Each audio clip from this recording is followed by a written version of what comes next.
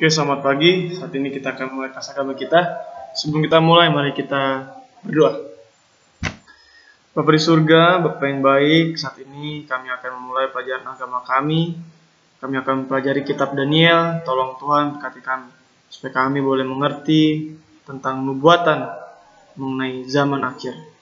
Tolong berkati setiap pendengar dan orang-orang yang mempelajari melalui video ini. Kiranya kamu berkati kami, supaya kami boleh mengerti dan dipersiapkan untuk kedatangan Tuhan yang sudah tidak lama lagi. Di dalam nama Tuhan Yesus kami berdoa. Amin. Saat ini kita akan mempelajari kitab Daniel pasal yang ke-7.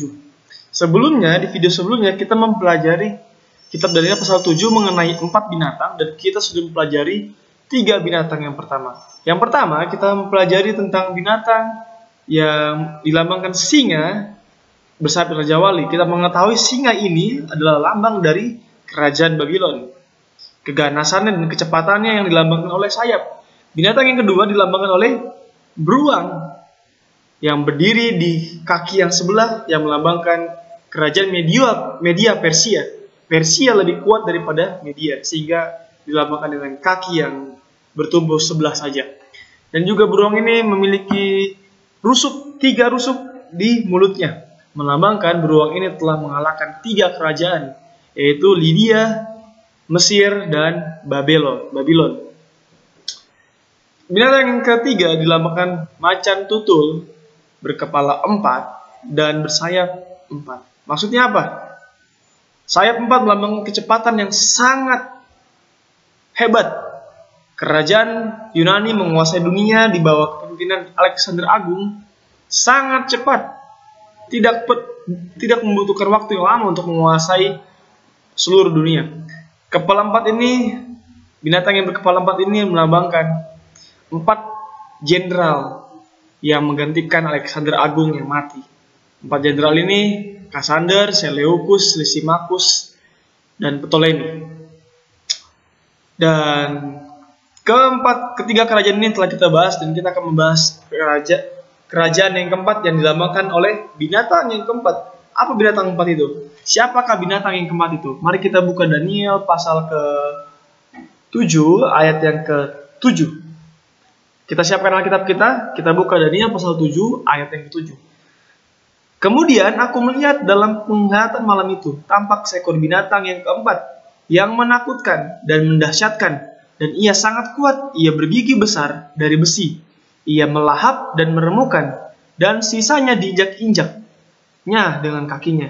Ia berbeda dengan segala binatang yang terdahulu. Lagi pula, ia bertanduk 10. Sementara aku memperhatikan tanduk-tanduk itu, tampak tumbuh di antaranya satu tanduk lain yang kecil, sehingga 3 dari tanduk-tanduk yang dahulu itu tercabut, dan pada tanduk itu tampak ada mata seperti mata manusia dan mulut yang menyombong. Nah, siapa ini binatang yang keempat ini? Ngeri sekali. Kita akan mempelajari deskripsinya. Binatang yang keempat memiliki deskripsi. Pertama, sangat kuat, bergigi besar dari besi, melahap dan meremukan, bertanduk 10, tumbuh satu dari tanduk 10 ini, tanduknya 10, tumbuh satu tanduk yang kecil, dan 3 tanduk yang sebelumnya patah, tercabut. Pada tanduk kecil yang terakhir ini, pada tanduk kecil terdapat mata seperti manusia dan mulut yang menyombong. Kita akan mempelajari apa makna dari setiap deskripsi dari binatang yang keempat ini, yang lain daripada yang lain. Binatang yang keempat ini tidak memiliki, kalau binatang yang pertama kan singa, ada nama binatangnya. Beruang, kita tahu beruang. Tapi binatang yang keempat ini tidak diketahui binatang apa ini. Cuma dibilang ngeri, mengerikan saja. Binatang yang keempat adalah kerajaan Romawi yang berdiri pada tahun 168 sebelum Masehi sampai 476 setelah Masehi. Sekitar 500 tahun berkuasa. Nah, jadi pada tahun 200 sebelum Masehi, Roma menjadi penguasa wilayah barat Laut Tengah dan mengembangkan sayapnya ke negeri timur. Tahun 197 sebelum Masehi, Roma menundukkan Makedonia dan daerah-daerah Yunani. Jadi tahun-tahun inilah kita bisa lihat di slide, kerajaan Roma mengalahkan satu persatu kerajaan Yunani. Oke, raja-raja kerajaan seperti Seleukus dan Ptolemy tetap menduduki istana-istananya hingga Syria pada tahun 63 sebelum Masehi dan Mesir pada tahun 30 sebelum Masehi. Tapi tahun-tahun penting mengalahkan Yunani pada tahun kerajaan Romawi mengalahkan Yunani pada tahun 146 Masehi, 63 sebelum Masehi dan 30 sebelum Masehi. Jadi tahun-tahun inilah kerajaan-kerajaan Yunani memang tumbang seutuhnya. Kerajaan-kerajaannya, raja-rajanya ditumbangkan dan digantikan oleh kerajaan Roma. Binatang yang keempat ini bergigi besi. Apa maksud gigi yang besar terbuat dari besi? Nah, besi, kalau di patung Raja Nebukadnezar pada Daniel pasal yang kedua, Raja Nebukadnezar melihat patung yang kepala dari emas, dada dari perak, perut dari tembaga, dan paha dari besi atau betis dari besi. Besi ini adalah lambang dari kekejaman dan kekuatan. Nah, kerajaan Romawi ini terkenal dengan penindasan yang tidak mengenal peri kemanusiaan atau hak asasi manusia. Mereka kuat dan juga kejam. Manusia dijadikan mangsa binatang. Manusia dijadikan mangsa binatang, dibakar, dibunuh dengan semena-mena. Dan kerajaan Roma sangat kejam dalam melakukan tindakan pembunuhan ini. Nah, bergigi besar, dia melahap, meremukkan, melahap, memakan semuanya. Dan memang kerajaan-kerajaan di dunia yang tidak mau mengikuti kerajaan Roma pada zaman itu dikalahkan, ditumpas tanpa tersisa. Dan kerajaan ini atau binatang yang keempat ini memiliki 10 tanduk. Apa itu maknanya? Memiliki 10 tanduk sama seperti mimpi pada Raja Nebukadnezar. Setelah kaki dari besi, jari-jari kaki dilambangkan dengan tanah liat yang bercampur besi. Artinya kerajaan Roma akhirnya runtuh pada tahun 476 Masehi. Pada tahun 476, kerajaan Roma akhirnya runtuh secara kekaisarannya runtuh. Tetapi kerajaan ini terpecah menjadi 10 kerajaan. Kekaisaran Roma terpecah menjadi 10 kerajaan. Kenapa pecah? Karena serangan suku-suku Jerman dan Barbar yang bertubi-tubi terhadap kerajaan Romawi. Raja Romulus Augustulus menyebabkan runtuh dan pecah kerajaan Romawi menjadi 10 kerajaan. Jadi binatang ini memiliki 10 tanduk, artinya kerajaan ini akhirnya pecah menjadi 10 bagian. Apa saja kerajaan itu? Mari kita lihat. Ada 10 kerajaan, kita boleh bacain ya. Anglo-Saxons adalah Inggris, Prancis, Alemania, Jerman, Swedia, Portugal, Burgundians, Switzerland, Lombards, Italia, Visigoths, Spanyol, Heruli, Vandals, dan Ostrogoth. Nah, Heruli, Vandals, dan Ostrogoth tidak ada di punya negara sekarang ini karena mereka tiga dari kerajaan ini sudah runtuh, sudah punah, sudah lenyap dari peradaban. Nanti kita akan pelajari kenapa mereka runtuh. Nah, Heruli, tadi yang 3 ini ya, yang sudah hilang ini kan, Heruli, Vandals, Ostrogoths. Heruli dihancurkan oleh Ostrogoths dengan pemimpinnya, Theodoric, pada tahun 493 setelah Masehi. Vandals ditaklukkan oleh Justianus dengan mengirim jenderalnya Belisarius tahun 534 setelah Masehi.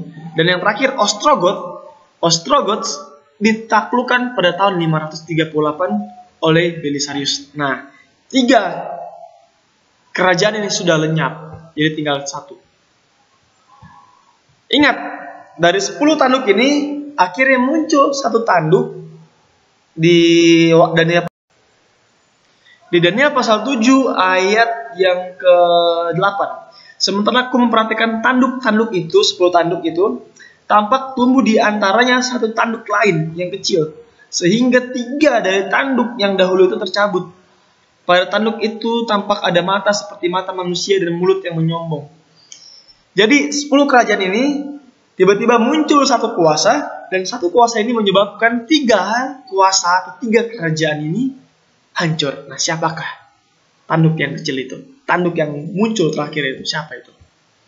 Nah, sebelumnya mari kita lihat alasan 3 kerajaan ini runtuh. Sejak zaman Konstantin sampai pada zaman Justinian, pertentangan yang panjang dan seru terjadi di antara 2 fraksi besar dalam gereja. Mereka menyokong keuskupan. Jadi, dari zaman Konstantin itu ada 2 kubu yang mendukung kepausan dan juga yang mendukung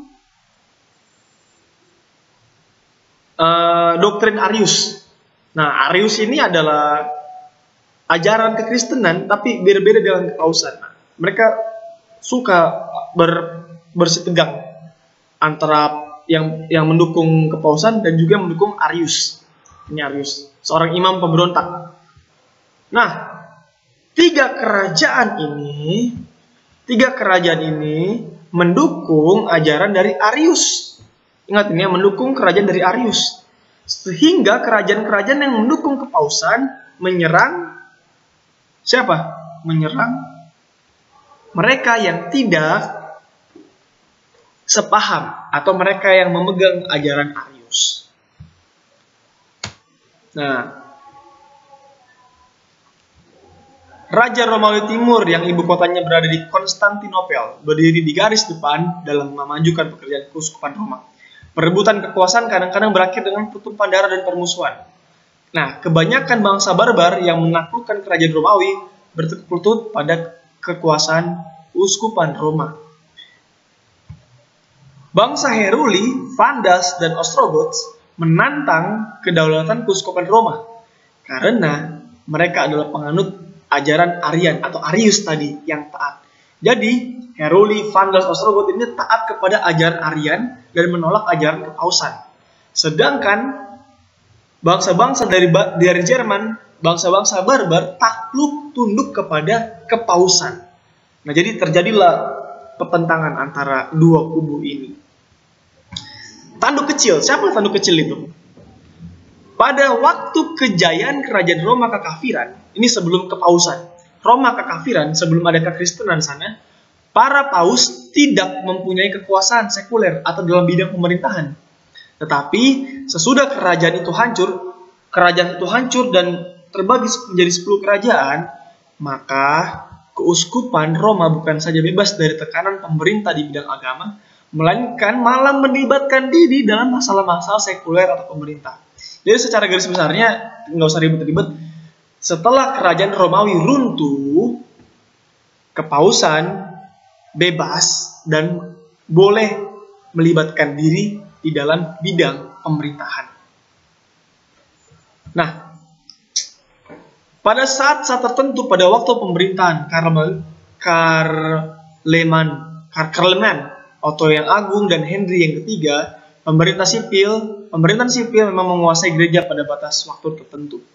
Tetapi umumnya pada zaman feodalisme, keuskupan Roma yang terorganisasi dengan paus sebagai kepalanya bukan saja bebas dari masalah-masalah agama, melainkan mengendalikan masalah-masalah sipil juga.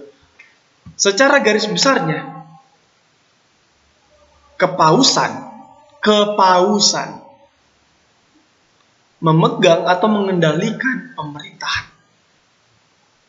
Nah, karena dia telah mengendalikan pemerintahan, jadi di 10 kerajaan ini, kepausanlah yang memegang atau mengendalikan kerajaan-kerajaan yang lain. Sehingga yang menentang kepausan akhirnya akan disingkirkan. Dan kerajaan Vandals, kerajaan Heruli dan Ostrogoths yang menentang kepausan akhirnya dipatahkan, dicabut, dimusnahkan melalui peperangan. Kita bisa cek itu di internet, cek di sejarah-sejarah, dan itulah yang terjadi. Jadi tanduk kecil yang dilambangkan di kitab Daniel digenapi pada pemerintahan kepausan, merujuk kepada kepausan pada zaman itu. Oke.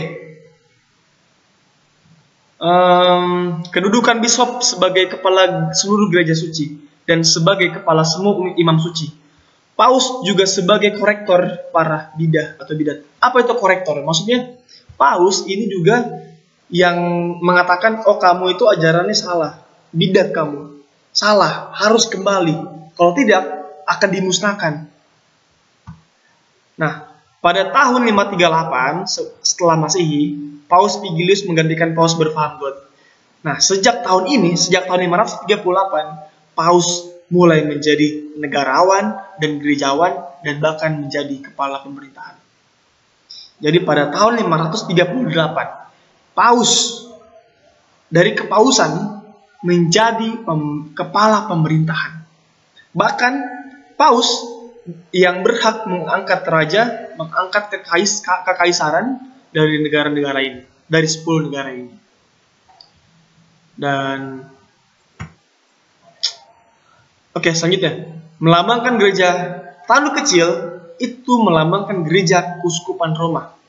Nah, apa maksudnya mempunyai mata manusia? Nah, tanduk ini mempunyai mata manusia artinya adalah mata melambangkan intelektual. Maksudnya apa? Tanduk kecil ini berperang melawan bangsa-bangsa barbar dari kerajaan Vandals, Heruli, dan Ostrogoth. Nah, mereka ini bangsa-bangsa barbar yang tiga ini tidak bisa baca tulis. Dan Paus terkenal karena kecerdasan dan wawasan dan tinjauan masa depan. Sehingga dilambangkan tanduk yang memiliki mata. Oke. Mempunyai mata manusia melukiskan intelijensi, kecerdasan tanduk kecil yang sama sekali berbeda dengan bangsa barbar yang buta huruf. Nah, jadi tanduk kecil adalah lambang dari kepausan yang memiliki kecerdasan yang dilambangkan dengan mata. Kita baca tadi di Daniel pasal 7 ayat yang ke-8. Nah, mulut yang menyombong. Jadi tanduk itu memiliki mata, tanduk kecil memiliki mata dan mulut yang menyombong. Kita akan mempelajari pada ayat 25 di pelajaran selanjutnya, tidak di pelajaran saat ini. Oke. Jadi yang kita dapatkan adalah tanduk kecil ini adalah kepausan yang diperintah oleh Paus, dan akhirnya kepausan menguasai seluruh Eropa pada tahun 538 sampai tahun 1798 sampai tahun 1798, dan kepausan ini memiliki kuasa penuh. Selanjutnya kita akan membahas apa itu mulut yang menyombong. Kita akan bahas di ayat 25. Jadi kita sudah membahas tentang binatang yang keempat dan tanduk, 10 tanduk dan juga tanduk yang kecil. Semoga kita boleh mengerti akan membuat tanda Daniel ini, dan jika ada pertanyaan boleh ditanya di kolom komentar, nanti saya jawab. Jika ada pertanyaan saya akan jawab di kolom komentar. Sekian pembahasan kita. Tuhan Yesus memberkati kita semua dan semoga sehat-sehat selalu. Amin.